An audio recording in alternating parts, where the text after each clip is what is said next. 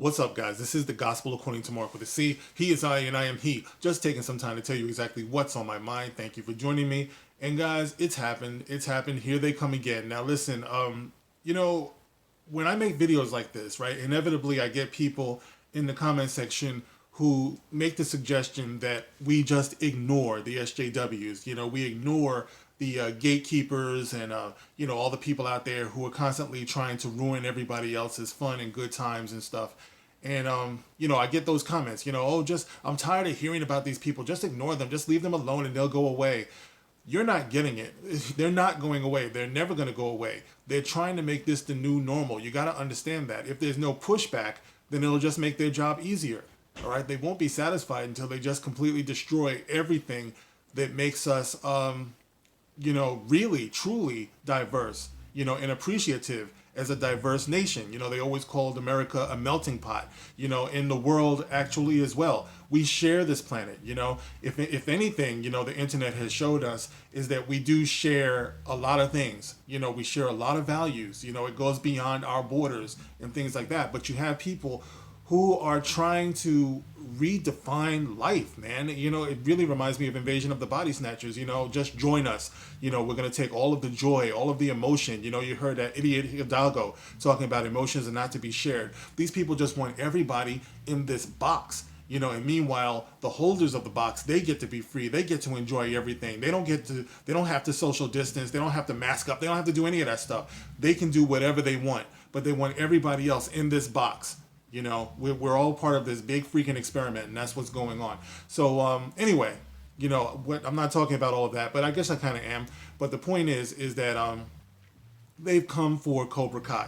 All right, now guys, I started watching Cobra Kai late. I heard a lot of people that I respect talking about Cobra Kai over the last couple of years. So I've been busy. Plus I wasn't the biggest Karate Kid fan and stuff, so I just thought it was more of that. And even though I do recognize it as classic, and everything. The story, Daniel, all that stuff. So, but I just wasn't so quick to get on board, but I heard so much about it from all of these people that like I said, hold them in high regard.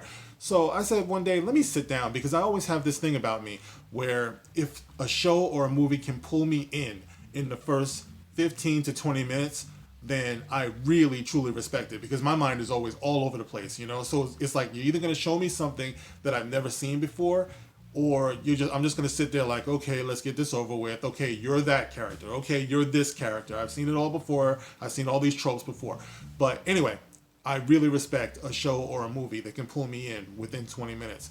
So I sat down, turned on Cobra Kai, I said, let's see what this is all about. Probably within the first 10 minutes, I was hooked. You know what I mean? Like, I mean, Johnny Lawrence's character is so refreshingly complex, and he comes across as a real human being, with all of the flaws. He's not going to fit into, this category or that category. I mean, yeah, we've all seen washed out drunks before, but the fact of the matter is that he would be this way after 30 years, and having this demon in his life, and I don't know, it's just something about the portrayal mixed with the 80s nostalgia and everything. A lot of us who are drawn to this also have grown up, since we saw the original Karate Kid movies and stuff. So there's always this sense of where are they now, and the concept of continuing to grow, the inner growth is a very fascinating one. So it makes for compelling TV. Then when you get the drama in there, plus the mixture of the action and stuff, it really hooks you. So the audience has been growing, and the popularity has been surging, and it's ridiculous. A lot of people are loving this show. I watched it with my son. He's loving the show. And needless to say, naturally, here come the SJWs swooping down. You have all of these millions of people. The show is a runaway hit. Obviously, it's not just white people who's watching this show. Obviously, the show has a broad, incredible mass appeal. So you got all these people watching it, all these people enjoying it, all these people getting all the lessons and, all of the entertainment, from this. But you have these SJWs who have decided they're going to have a problem with it. So here they are, with their criticism that the show is too white, which if they actually watch the show, they constantly poke fun at that, in the title characters. You know what I mean? Talking about, one of the criticisms is that after 3 seasons, there's not a Asian character who's the main character. Now that in itself would be a stereotype, all right, because you think that only Asian people can be into karate and martial arts.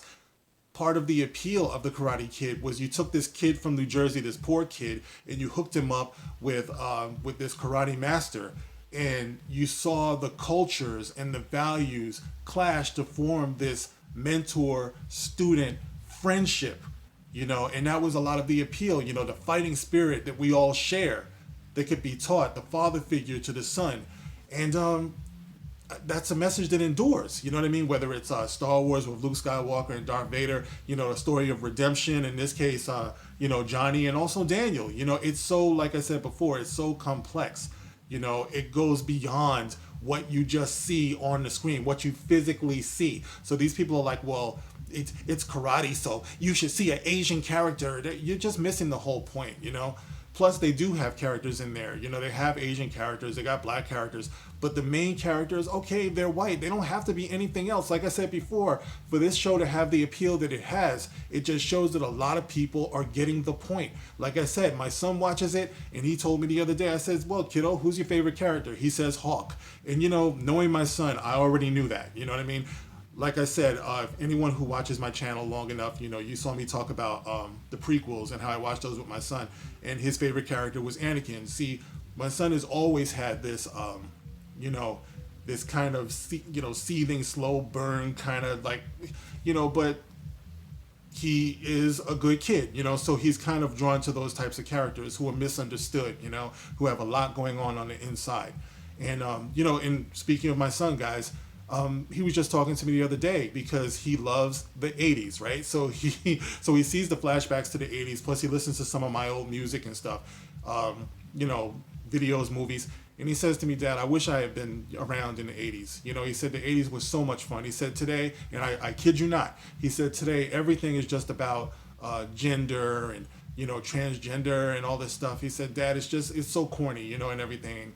And I'm like, yeah, son, I know, I agree. There's nothing wrong with being trans. He's not saying that, but he's saying, why is it always being pushed down our throats? Why is this whole diversity thing being pushed down our throats to the extent where you can't enjoy what you have? Now, he's drawn to the character of Hawk, like I said, for character reasons. So he doesn't necessarily need to see Hawk be black, and he doesn't need himself to be white to relate to Hawk or the other characters in the show.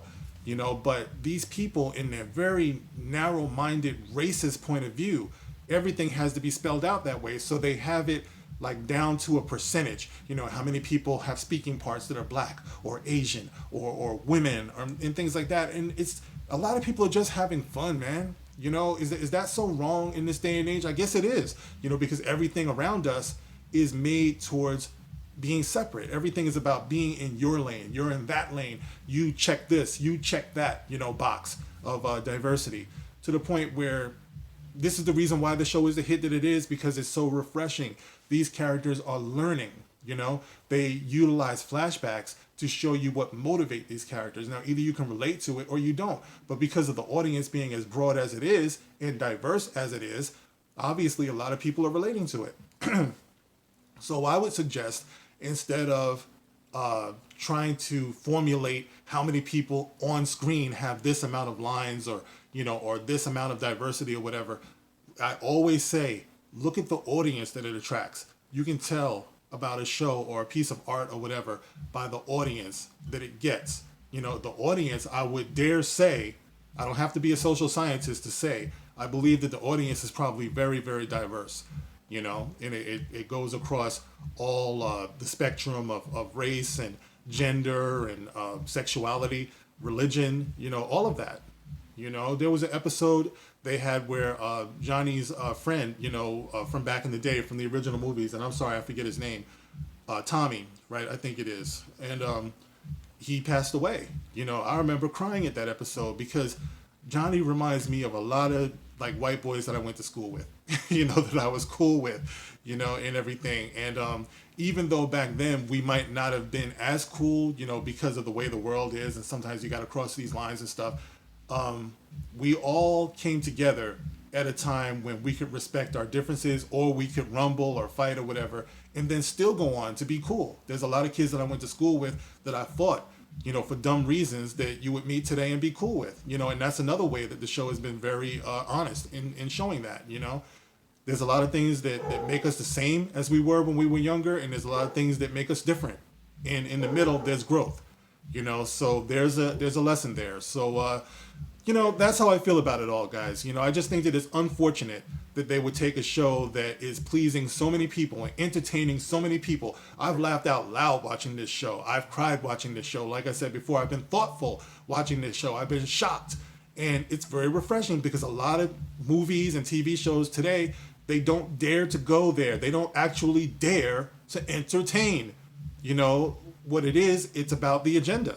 And nothing could be more blatant and obvious in the difference as what you see with Cobra Kai and what you see with a lot of other things. We talk about Star Wars. Star Wars could have learned a hell of a lot from Cobra Kai, but that's the reason why they want to attack it.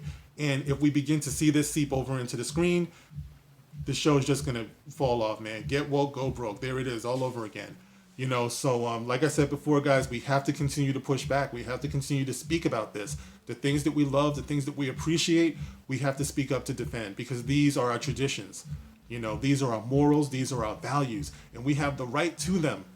These people it's bullshit. They're not on our side. They're really not.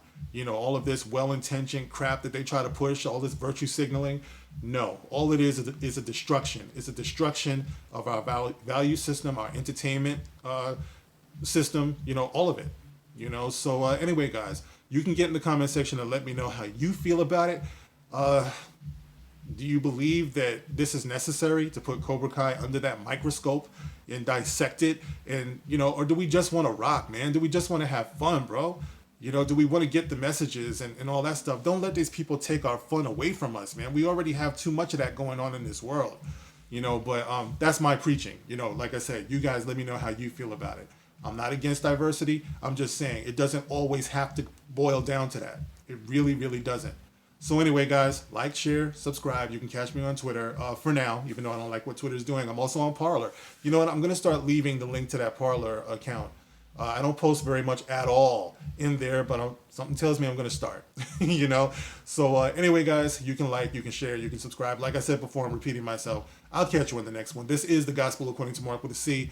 Rock on.